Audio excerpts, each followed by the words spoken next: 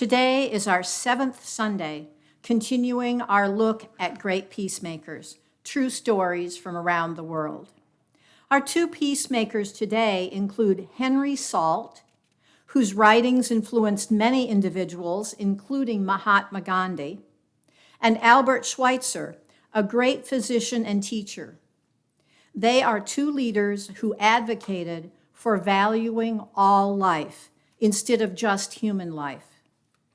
You will hear many echoes of our 7th principle, respect for the interdependent web of all existence of which we are a part. Much of the dialogue about the leaders is taken directly from the book. World-renowned physician, Nobel laureate, organist, theologian, philosopher, and humanitarian, Dr. Albert Schweitzer was a modern-day Renaissance man. Most famous for his medical service in the African jungle, Schweitzer felt that his greatest contribution in the world was the ethic of reverence for life, saying, quote, "I wanted to make my argument, or my life, my argument," unquote. Schweitzer lived this ethic, encouraging it on a global level as the basis of world peace. Albert Schweitzer was born in 1875 in Gunsbach, Alsace, then Germany, now France, to a Protestant minister and his wife. A serious child, Schweitzer thought deeply about the world around him. Early on, he wondered why he was taught to pray only for people and not for all creatures. So he created his own secret prayer, asking that all living things be blessed and sleep in peace. When Schweitzer was 8, he and a classmate convinced him to shoot birds with slingshots. As the boys crouched down and he took aim at the flock of birds, the church bells rang out. Schweitzer recalled, quote, "Their music drove deep into my heart the commandment, 'Thou shalt not kill,'" unquote. Conquering his fear of losing the boys' friendship, Schweitzer jumped up and shooed the birds away before his friend could shoot them. Throughout the rest of Schweitzer's life, this concern for all creatures would grow into a grand flame, illuminating countless lives. As a young man, the reflective Schweitzer felt drawn to a life of service. At age 21, he made the conscious choice to devote himself to music, scholarship, and ministry until the age 30, and then to decide how to serve humanity directly. Earning 2 doctoral degrees in philosophy and theology, he became a university professor, seminary principal, and author of 3 books. Suddenly, in his 29th year, Schweitzer discovered his life's work. Reading an article about the need for medical help in French Equatorial Africa, he saw an opportunity to atone for the harm that the white race had done to the black race. Boldly resigning his positions, he announced that he would study medicine and serve in Africa. Everyone frowned at this idea. How could he abandon his successful career and submerge his talents in the jungle? No one understood his decision except Helene Breslau, a nurse of Jewish descent who later became his wife, co-worker, and mother of their daughter, Rena. For 8 years, Schweitzer pursued his medical studies, pay for them by giving lectures and organ recitals. Surviving on little sleep, he continued his work in philosophy, theology, and music, and published several more books, all while attending medical school. Once qualified as a physician, he applied through a missionary society to go to Africa. Shockingly, he was rejected. The society believed that Schweitzer was too free-thinking and that he would disrupt their initiatives. Undaunted, the doctor personally raised the funds for his mission, and the society finally accepted him under one condition: that he promises not to spread his heretical ideas to the other missionaries and their converts. Leaving their familiar lives behind, the Schweitzers sailed to the village of Lambrana in French Equatorial Africa, now Gabon, and set a practice in an old chicken coop. From these humble beginnings, Schweitzer spent most of the next 52 years developing a modern hospital that encompassed over 75 buildings and treated as many as 700 patients a day. Today, the Albert Schweitzer Hospital conducts approximately 40,000 patient examinations and performs 5,000 operations annually. It has been called the most famous hospital in the world. Dr. Schweitzer and his wife accomplished this remarkable feat despite twice being held as prisoners of war, financial scarcity, deep depression, and long periods of separation when Mrs. Schweitzer had to stay in Europe because of illness and to raise their daughter. During World War I, the concerned Schweitzer worried about the future of civilization and desperately sought an answer to the world's problems. Try as he might, though he could not find an answer in any religion or philosophy. Quote, "I was pushing against an iron door that would not yield," unquote. Then, during a river journey in Gabon, he recalled, quote, "At sunset, we were making our way through a herd of hippopotamuses. There flashed upon my mind, unforeseen and unsought, the phrase, reverence for life. The iron door had finally yielded," unquote.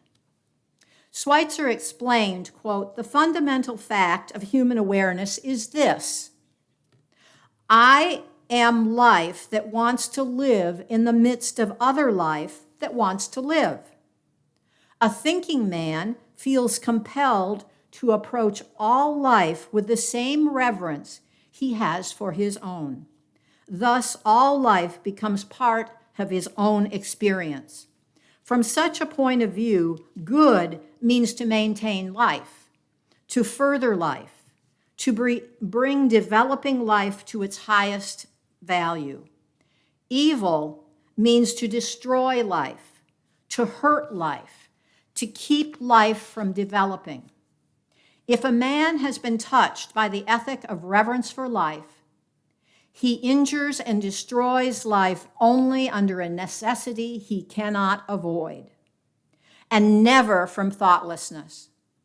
Everything that lives has value simply as a living thing, as one of the manifestations of the mystery that is life."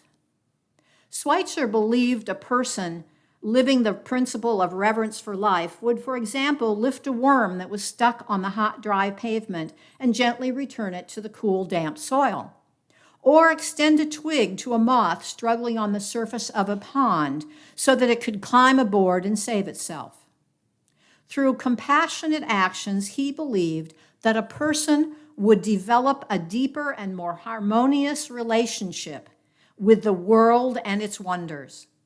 A person living in this conscious manner would meet some inconvenience, but would ultimately enjoy a more profound sense of meaning and substance in life. As Schweitzer said, quote, "I myself found the basis and the direction for my life at the moment I discovered the principle of reverence for life, which contains life's ethical affirmation." In contrast, Schweitzer felt that violent acts such as war manifest disregard for life. Reflecting on World War I, he stated, quote, "No one won. The war killed millions of men and brought suffering and death to millions of innocent animals. Why? Because we did not possess the highest rationality of reverence for life. Until he extends the circle of his compassion to all living things, man will not find himself find peace. When the first atom bomb was dropped on Japan in World War II, a shocked Schweitzer feared that humanity had created the antithesis of reverence for life. He echoed the sentiments of Chinese philosopher Lao Tzu, quote, "He who would rejoice in victory would be rejoicing in murder," unquote. Receiving the 1952 Nobel Peace Prize, Schweitzer suggested that peace could only be achieved when prejudice and nationalism were abandoned and the universality of life was embraced. Encouraged by his friend, Dr. Albert Einstein, Schweitzer spoke out against nuclear weapons in 4 radio addresses broadcast in multiple languages worldwide. He asserted, quote, "Only those who have never been present at the birth of a deformed baby, never witnessed the despair of its mother, dare to maintain that the risk in going on with nuclear tests is one which must be taken under existing circumstances. Due to the tremendous advances in technology, the capacity to destroy life has become the fate of mankind. We can save ourselves from this fate only by abolition of atomic weapons."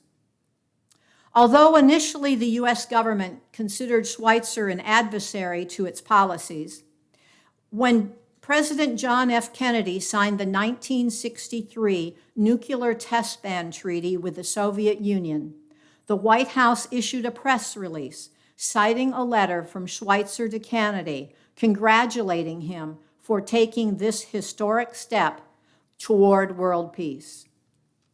Just as Schweitzer's anti-nuclear activism reflected his reverence for life, so did his efforts to make his hospital grounds a haven for people, plants, and animals. Keenly aware that to save human lives, he sometimes had to end others, be they poisonous snakes, disease-carrying mosquitoes, or infection-causing microorganisms. Schweitzer acknowledged the value of these lives, and when ending them to treat his patients, he strove to compensate by caring for other animals that he could help. For example, he publicly endorsed a U.S. Senate bill that reduced laboratory animal suffering. He promoted better living conditions for farm animals, and he became a vegetarian. Worried about the lack of further progress towards the abolition of nuclear weapons, the aging Schweitzer considered making additional radio appeals to society. Sadly, however, his health did not permit this to happen. In 1965, after taking one last look at his life's work, his hospital in Lambrena, Schweitzer quietly passed away and was laid to rest in a simple pine coffin on the grounds of the hospital. For months after his passing, Africans from throughout Gabon traveled long distances to pay homage to their beloved doctor. Their gratitude shared by countless admirers around the world whose lives were illuminated by this extraordinary man. Fortunately, Dr. Albert Schweitzer's passing did not extinguish his brilliant flame. It shines on, igniting the spark of compassion in all who strive to live their highest ideals, to be of service to the world, and to open their hearts and minds to the ethic of reverence. We will now see an excerpt from a movie about Albert Schweitzer, followed by a few more famous quotes, and then the Song in the Gray hymnal, number 331, Life is the Greatest Gift of All.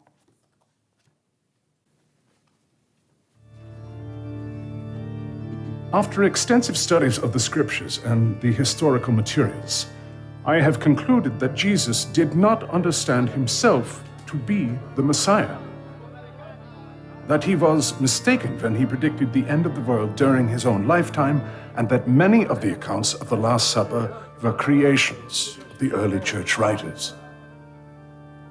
The divinity of Jesus, the nature of the resurrection, the nature of the crucifixion, and the value of the crucifixion.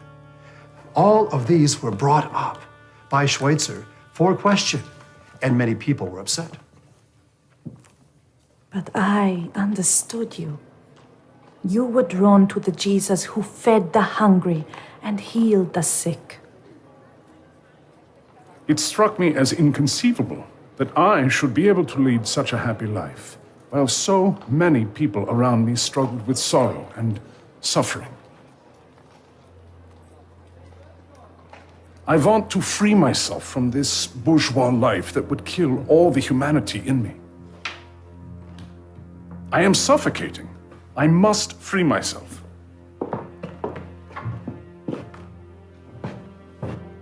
Then one day you found out about the way Europeans treated Africans in the colonies.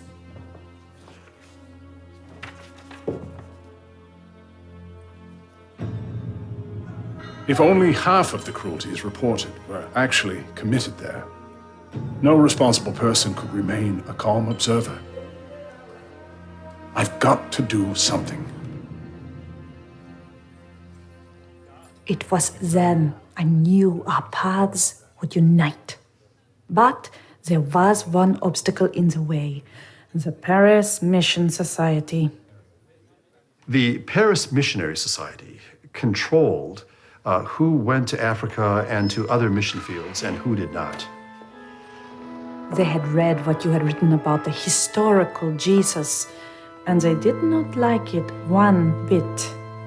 Dr. Schweitzer, do you even consider yourself Christian? If you mean, do I believe all the dogma and doctrines of the Church, the answer is no. But am I trying to live my life according to Jesus, to help those most in need? The answer is certainly yes.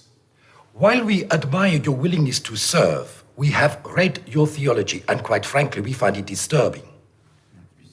You must understand, the work of this society is to heal not only the body of the African, but the soul as well. Placing you in their midst could jeopardize years of work. I have a doctorate in philosophy, a teaching degree in theology. I am a pastor and musician. I have studied and written extensively on Bach. But I must tell you, all these things I have experienced have failed to quench my thirst. And that is why I returned to study medicine, so as a doctor I can be of comfort to those who suffer.